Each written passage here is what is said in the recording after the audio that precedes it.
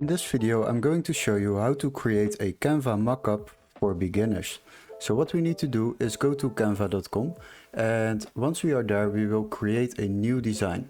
So click on create design, and for now I will choose the YouTube thumbnail. Once you have opened a blank canvas, then we can go to elements, and we have a search option over there. And once you go searching like mockup, then different mockups will appear. As you can see, you also have frames, so you can use that if you want to, but for now I will choose a real mockup.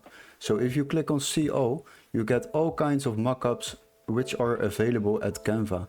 And basically now what you need to do is select one which suits to your project, and I will look for maybe this watch. So looks nice. So add it to the canvas by clicking on it, then resize it a little bit, and we are going to add a logo into this mockup because I want to show my logo on this smartwatch. And what we need to do now is click on uploads, then basically upload the logo you have made, and now you will see that it is being uploaded to Canva.